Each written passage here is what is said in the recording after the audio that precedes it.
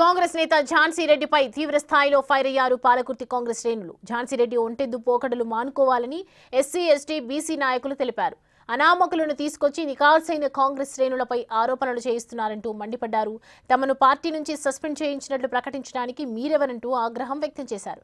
డబ్బు ఉందని అహంకారంతో ప్రవర్తిస్తే బుద్ధి చెప్తానని కాంగ్రెస్ శ్రేణులు హెచ్చరించారు.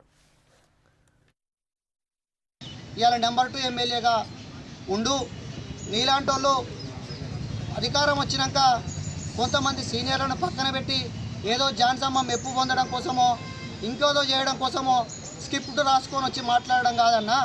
తిరుపతి రెడ్డి గారి గురించి ఇంకోసారి అట్లా మాట్లాడడం పద్ధతి కాదు. ఇంకొకటి 70 సంవత్సరాలు అని చెప్పి సీనియర్ నాయకుని గురించి కూడా నువ్వు అవహేళనగా మాట్లాడినావు. అది నిజంగా వింటే నీ యొక్క విజ్ఞత ఏందనేది ఆ 70 సంవత్సరాలు అని చెప్పి నువ్వు ఉచ్చరించినప్పుడే అది మళ్ళీ చెప్పాలంటే నాకే సిగ్గు అనిపిస్తుంది.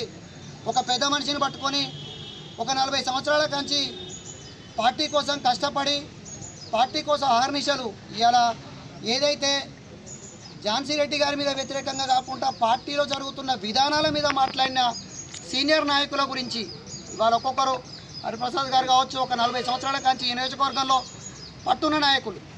అటు నిరంజన్ రెడ్డి గారు ఒక 30 సంవత్సరాలు 40 సంవత్సరాల నుంచి వారు కుటుంబాన్ని త్యాగం చేసి రాజకీయాలకు వచ్చి కాంగ్రెస్ పార్టీ కోసం ఆహర్నిశలు పనిచేసేళ్ళు. రాసుకోవడం కోసం పాలకుర్తికి వచ్చిందో తెలుసు, ఎందుకు టికెట్ తీసుకొని గెలిచిందో తెలుసు. ఇలా వాళ్ళని అంటానో కాంగ్రెస్కి ఏం చేసిందని, ఝాన్సమ్మ ఏం చేసిందో ఒకసారి పోయి అడుగు పవర్. అది తెలుసుకున్నాక వచ్చి తిరుపతి రెడ్డి గారి మీద మాట్లాడు. నిన్ను చూసి చేయలేదమ్మా, రేవంత్ రెడ్డి గారు పిలిచిండు, తమ్ముడు గెలిపించు.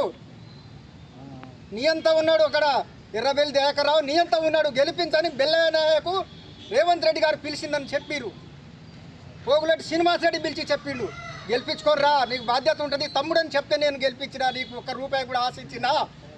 నువ్వు గుట్టలు అన్నీ ఆక్రమించుకుంటే నేను ఎప్పుడైనా అడిగినా? నువ్వు ఇసుక దందా చేసుకుంటే ఆక్రమించినా? కోలంపాక్ గుట్టను మొత్తం ఆక్రమించుకుంటే నేను అడిగినా? ఝాన్సీ రెడ్డి ఎమ్మెల్యే గారు మా సోదరి, నీ మీద మా గౌరవం ఉంది. నీ అత్తను అదుపులో పెట్టుకో, లేకపోతే రాబోయే రోజుల్లో పరిణామాలు చాలా సీరియస్గా ఉంటాయి. నీది ఏంది ఏకపక్ష నిర్ణయాలు? నేను అమెరికా పంపిస్తానని చెప్పి నేను తిట్టిన వాళ్ళ దగ్గర పెట్టుకుంటావు. ఎప్పుడే మాకు రూపాయి ఆశించినవా? నేను లంబాడి బిడ్డను, గత 30 సంవత్సరాలు రాజకీయం చేస్తున్నా, మండల పార్టీ అధ్యక్షుడిగా పనిచేసిండు. నువ్వు లేనప్పుడే, నీ ఓనుమాలు లేనప్పుడే ఆయన ఎంపీటీసీ గెలిచిండు. దళిత బహుజన బిడ్డలు జరిగినావా? నీ చేతనైతే నీకు దమ్ము ధైర్యం ఉంటే తిరుపతి రెడ్డి సస్పెండ్ చేయని చెప్తున్నా, నేను హెచ్చరిస్తున్నా.